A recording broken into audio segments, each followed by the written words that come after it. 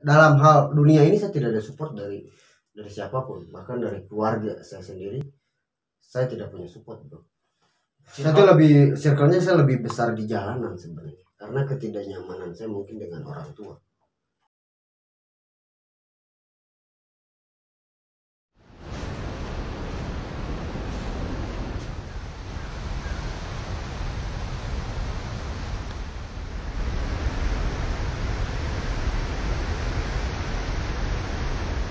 Halo teman-teman, Assalamualaikum warahmatullahi wabarakatuh. Ketemu lagi di channel 11 teman-teman ya. Dan kali ini tuh kita improvisasi teman-teman ya. Jadi yang punya channel kita wawancara teman-teman ya, sama channel sebelah. Oke, channel 11 ya. Emang YouTube-nya apa, bro? YouTube-nya Ghost in the Dark.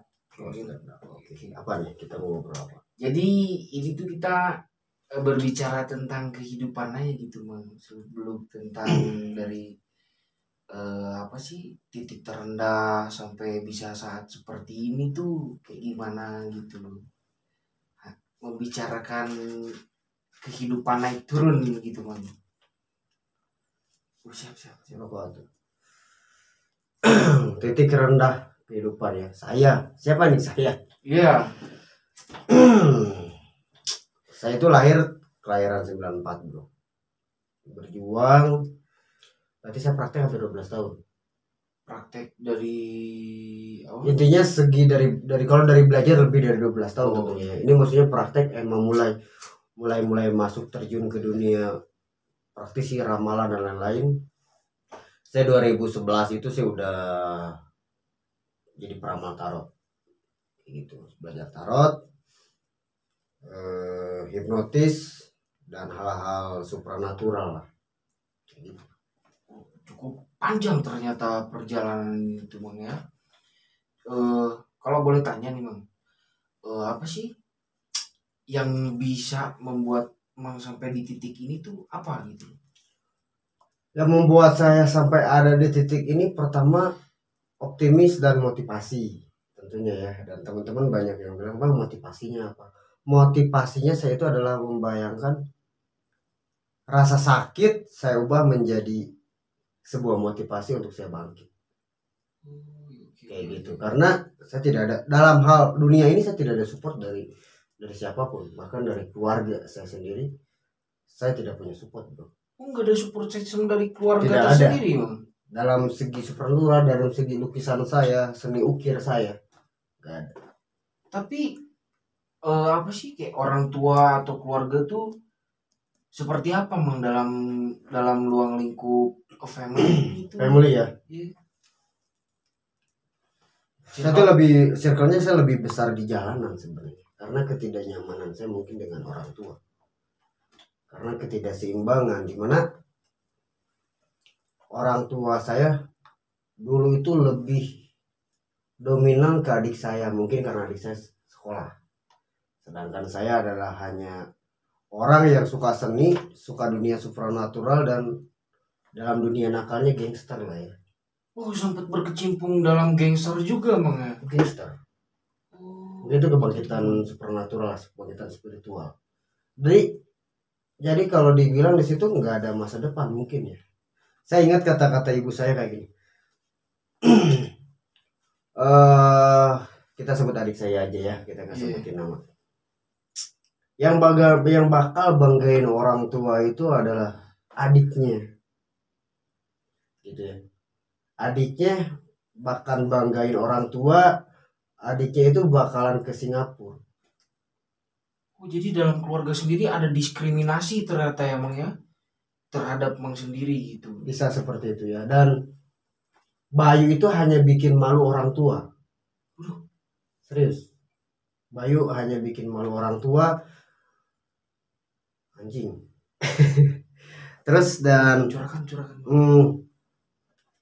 Saya pernah ada kejadian waktu itu ada daki gunung, namanya saya masih ingat, ada yang sebut dengan pecinta alam Hipachi. Himpunan Pemuda Cigadung, Bandung ya. Bandung. Pecinta alam. Bayu seorang brengsek gembel yang nggak punya apa-apa gitu kan. Akhirnya saya minjem, waktu itu nggak ada bapak saya, lagi nggak ada di rumah bro. Nggak ada, iya iya. Saya minjem sendalnya, karena sendalnya dulu tuh apa sih, sendal kayak Wiro Sableng tuh apa sih ya, Iya kayak sandal karakter gunung gitu gitu ya, ya. adalah yang gitu, enak kan buat naik ya, pinjem. Tiba-tiba bapak saya bilang kayak gini, kamu itu mau gaya pakai barang orang, padahal itu orang tua lah ya. Waduh, orang tua loh guys itu. Terus konflik terbesar dan terlama sebenarnya dari masalah dulu kendaraan. Oh jadi problem juga misalnya kendaraan tuh. Problemnya gini, itu ada punya motor satu, tapi yang lebih dominan pakai itu adik saya, mungkin nggak apa-apa ya karena sekolah. Iya. Karena saya masih ingat orang tua saya, bapak saya bilang gitu, motor itu mau dikasih ke siapapun gimana saya, mau dibakar pun gimana saya, Bayu nggak ada hak. Oke. Wah sakit emang. Tapi itu akhirnya dari hal-hal seperti tadi, tiga momen yang membuat saya bangkit tadi ya. Pertama, kata-kata yang dibilang bahwa lu tuh gaya pakai barang orang. Oh, itu Akhirnya saya berpikir gimana caranya saya harus bangkit dari kehidupan saya, dan saya bisa bergaya dan saya bisa beli apapun dengan barang saya gitu. Kedua, kata-kata ibu saya di mana bilang bahwa adiknya yang bakal membanggakan orang tua, adiknya yang bakalan ke Singapura gitu ya. Dan akhirnya saya berpikir dulu, bagaimana saya yakin saya yang bakalan ke Singapura gitu. Yang ketiganya adalah kendaraan tadi. Percaya nggak, dulu gua jalan kerja, gue pun sempat kerja, itu tidak menghilangkan jasa ya. Iya. Itu juga ada jasa orang tua ya, ibu saya yang memasukkan saya kerja dulu. Kerja karena belum punya motor. Jadi dulu tuh kalau mereka lembur jam 10, saya pulang jalan kaki. Waduh, serius. Jalan kaki loh guys.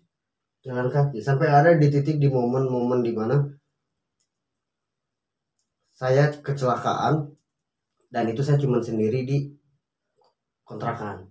Dan saya cuma diurus oleh anak-anak saya yang dari jalanan. Luar biasa. Wah luar biasa miris ternyata teman-teman ya. Tapi kan gini loh ya, tidak mengurangi rasa hormat teman-teman ya terhadap yang punya channel atau teman-teman juga yang nonton channel 11 ini ya teman-teman.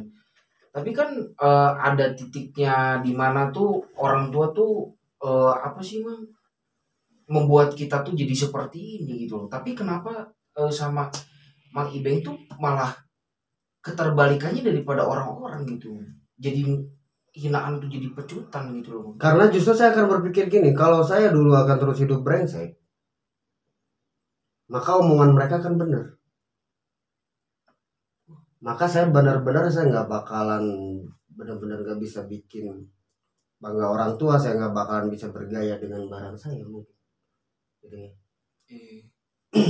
justru di situ di saat saya sakit, di saat saya capek ya, saat saya capek, kata-kata itu yang jadi motivasi.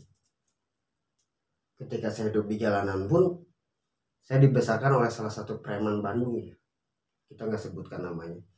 Beliau yang ngajak saya di jalan tentang kehidupan jalan, tentang solidaritas jalanan seperti apa.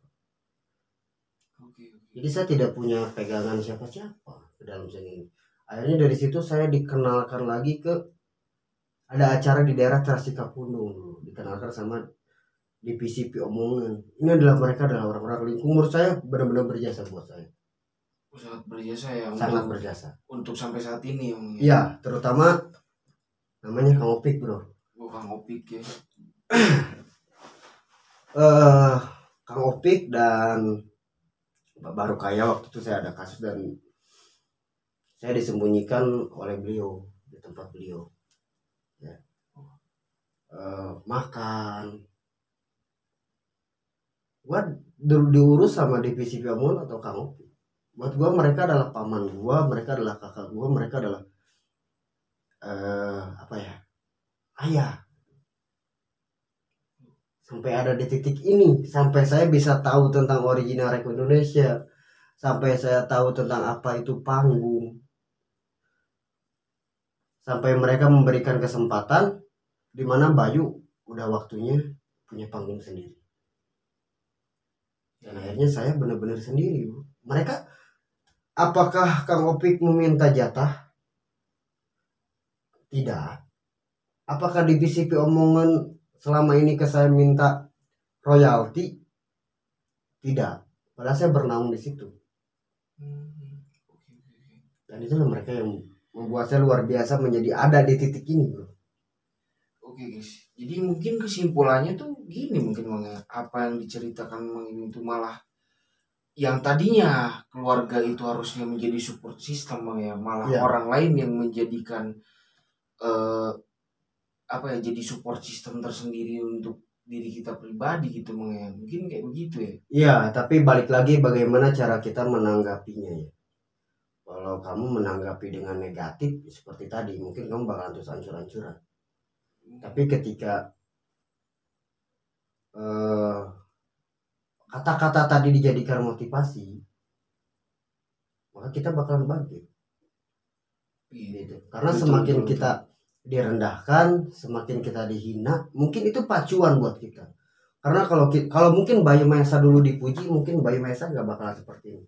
betul. Nah, jadi gini Mang. Berbicara zaman-zaman sekarang nih kan banyak orang nih ya kan yang apa sih berbicara tentang mental health gitu ya kan. Nah, Iya. pada saat itu Mang Ibeng akan di apa sih Bang Bayu nih nggak dapat support system dari keluarga sendiri nih Bang ya. Betul. Gitu loh. Nah kan sekarang lagi zaman-zaman booming-boomingnya mental health gitu kan. Nah kadang kan gini Bang, nggak semua orang yang tadinya dari hinaan jadi motivasi gitu Bang ya kan. Ada juga yang emang down gitu ketika nggak ada dapat support system dari keluarga gitu Bang. Nah itu kan berbeda-beda tuh Mang setiap orang. Nah menurut Mang Ibeng itu tanggapan Mang Ibeng tentang orang-orang yang down akan tidak punya support system dari keluarga itu seperti apa gitu? Duduk merenung dan berpikirkan masa depan. Apakah kamu bakalan terus seperti ini atau bangkit untuk membuktikan bahwa semua omongan kalian itu nggak benar? Bahwa gue akan lebih mau dibanggakan. Gitu.